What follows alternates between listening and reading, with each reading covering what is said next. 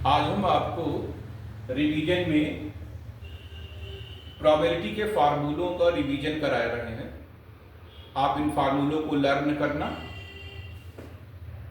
देखिए, if E1 and E2 are the events for random experiment having sample space S such that E1 is the subset of E2, then probability of occurrence of E1, that is PE1, is less than equal to PE2 and PE2 minus E1 equal to PE2 minus PE1। इसी प्रकार से दूसरा formula है PA union B equal to PA plus PB minus PA intersection B। आपको मालूम है A union B मतलब occurrence of A और B। अगर आप हम इसको देखें वेन डायग्राम को, तो ये पोर्शन A माइनस B हो जाएगा, ये B माइनस A, और ये बीच वाला जो है A इंटरसेक्शन B हो जाएगा, और ये शेडेड पोर्शन जो है हमारा ये A यूनियन B हो जाएगा। U डिनोट करता है इन्वर्सन सेट को। इसी प्रकार से अगर इस फार्मूले में हम देखें कि A intersection B equal to 5, that is the A and B are the mutually exclusive events, then PA intersection B equal to 0। Mutually exclusive events का मतलब जैसे हेड टेल, हेड आएगा तो टेल नहीं आएगा, टेल आएगा तो हेड नहीं आएगा। तो अगर PA इंटरसेक्शन B 0 हो गया, इस फार्मूले में 0 लिख देंगे तो क्या फार्मूला बनेगा? PA union B equal to PA plus PB। Similarly PA union B, इसको हम दूसरे प्रकार से भी एक्सप्रेस कर सकते हैं। इस डायग्राम के हिसाब से आप देखें कि PA यूनियन B क्या होगा? Probability of A minus B, probability of B minus A plus probability of A intersection B। Probability of A minus B की मीनिंग होती है probability of occurrence of A only. Similarly probability of B minus A की spelling होती है probability of occurrence of B only. अब यहां से आप देख सकते हैं कि PA को हम ऐसे रिराइट कर सकते हैं दोनों फार्मूलों के कंपैरिजन से, PA minus B plus PA intersection B, और PB को ऐसे हम रिराइट कर सकते हैं PB minus A plus PB intersection A। Okay,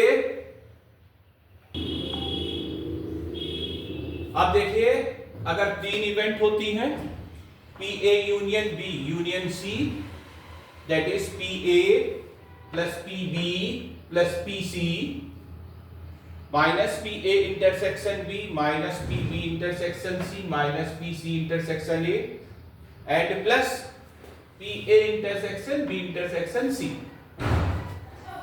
ये वेन डायग्राम आपका ऐसे बन सकता है। PA dash union B dash, dash का मतलब नॉट A, तो neither A nor B, that will equal to PA intersection B dash complementary not A, 1 minus PA intersection B।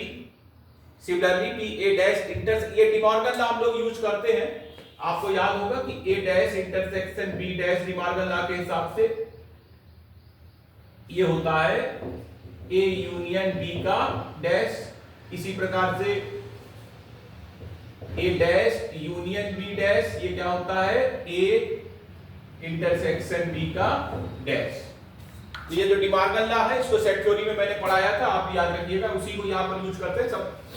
तो ये हो जाएगा 1 minus PA intersection B। Similarly PA dash intersection B dash, that will equal to PA union B dash 1 minus PA union B। इसी प्रकार से independent events, इनकी क्या condition होती है? PA intersection B equal to PA into PB।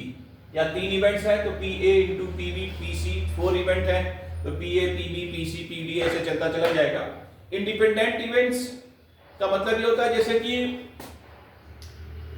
मान लीजिए कि 4 स्टूडेंट किसी पेपर को दे रहे हैं, अब उनके किसी भी क्वेश्चन को करेक्ट सॉल्व करने की प्रोबेबिलिटी सबकी रेस्पेक्टिव अलग अलग है, तो ये इंडिपेंडेंट इवेंट्स है क्योंकि चारों का अपना इंडिविजुअल है। इस प्रकार की इंडिपेंडेंट इवेंट्स इनको हम लोग बोलेंगे। जैसे डिपेंडेंट इवेंट्स को थोड़ा सा समझ लें। जैसे मान लीजिए कि एक बैग में 4 रेड बॉल है, अब अगर उसमें से एक रेड बॉल निकाल ली गई तो उसके बाद सेकंड चांस में रेड बॉल निकालने की प्रोबेबिलिटी क्या होगी, वो पहला वाला जो हमारा है उस पर डिपेंड कर गई, क्योंकि अब उसमें नंबर ऑफ रेड बॉल्स हमारी डिक्रीज कर गई। तो ये हमारी कैसी हो गई, डिपेंडेंट इवेंट हो गई। और इंडिपेंडेंट इवेंट ऐसे जिसमें से सब इंडिविजुअल है अपना, एक ही प्रोबेबिलिटी का दूसरी प्रोबेबिलिटी पर कोई असर नहीं होता है। ओके, अब देखिए कंडीशनल प्रोबेबिलिटी के फार्मूले। P A by B that is probability of occurrence of A given that B already occurred. P A intersection B divide by P B provided P B is not equal to 0। Similarly, PB by A, that is PA intersection B divided by PA, provided PA is not equal to 0. Again, PA union B divided by C, यानी कि occurrence of A or B given that C already occurred. PA union B, C, PA by C is PB by C, PA intersection B by C. Similarly, PA dash by B that is 1 minus PA by B, PA dash by B dash, PA dash intersection B dash upon PB dash। अब ये PA intersection B dash ये किसके बराबर होता है, ये बराबर होता है 1 minus PA union B के, अभी मैंने आपको बताया था, और ये 1 minus PB के। तो ये हमारे कुछ फार्मूले हुए कंडीशनल प्रोबेबिलिटी के।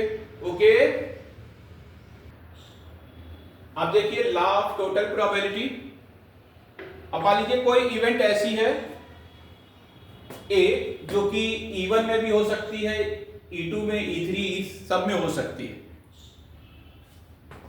फॉर एग्जाम्पल जैसे मान लीजिए कि अपने पास दो बैग्स हैं, एक बैग में 4 व्हाइट 3 रेड बॉल है, दूसरे बैग में 3 व्हाइट और 2 रेड बॉल है। तो रेड बॉल निकालना वो आपका बैग 1 और बैग 2 दोनों से पॉसिबल है। तो रेड बॉल निकलने की प्रोबेबिलिटी क्या होगी, वो हम लोग ऐसे निकालेंगे, PE1 into PA by E1 plus P into PA by E2, PE3 into PA by E3, ऐसे निकलते चले जाएंगे। मतलब पहले हमने बैग 1 चूज किया, उसकी प्रोबेबिलिटी बैग 1 चूज करने की, फिर उससे रेड बॉल निकालने की प्रोबेबिलिटी, फिर बैग 2 चूज किया, उसकी प्रोबेबिलिटी, और उससे रेड बॉल निकालने की, एंड सो ऑन, ऐसे जितना निकलता चला जाएगा उनको सम करते चले जाएंगे।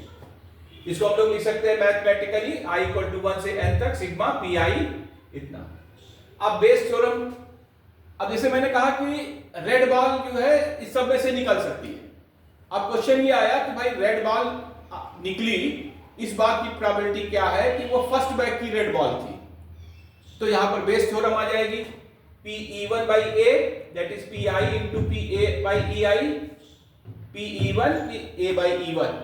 मतलब कि इसमें हम लोग क्या करेंगे, जिसका पूछा जाए उसको न्यूमरेटर में लिख के और टोटल प्रोबेबिलिटी से हम डिवाइड कर देंगे, तो वो हमारा निकल के आ जाएगा। ओके, अब हम आपको बताएंगे mean of discrete random variable.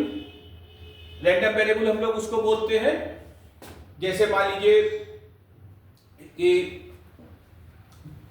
आपने एक सिक्के को 3 बार टॉस किया, तो उसमें एक बार हेड आने की प्रोबेबिलिटी, 2 बार हेड आने की प्रोबेबिलिटी, 3 बार हेड आने की प्रोबेबिलिटी। तो ये जो हमारा हेड आना ये हमारा एक रैंडम वेरिएबल कहलाएगा।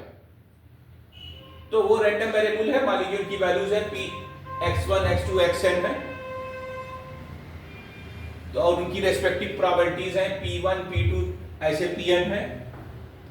तो उसका मीन होगा, इनको मल्टीप्लाई करके एडअप करते चले जाइए, सिग्मा pi xi, इनको ऐसे कर दीजिए, इसको मीन बोलते हैं। इसका वेरिएंस होगा sigma pi xi square minus sigma pi xi का होल स्क्वायर, मतलब माइनस मीन का होल स्क्वायर। इसी प्रकार से आता है binomial distribution, exactly R success in n trials, n trials in exactly R success. मान लीजिए कि आपने एक सिक्के को 20 बार आपने टॉस किया, अब पूछा गया कि 5 बार हमारा हेड आने की क्या प्रोबेबिलिटी है। इस प्रकार से that will equal to NCR P raise R, Q raise N minus R, where P stand for probability of success and Q stand for probability of failure, that is Q plus P equal to 1. अब binomial distribution के case में mean हम इस फार्मूले से देते हैं n into P और वेरिएंस को इस फार्मूले से देते हैं n p q. ओके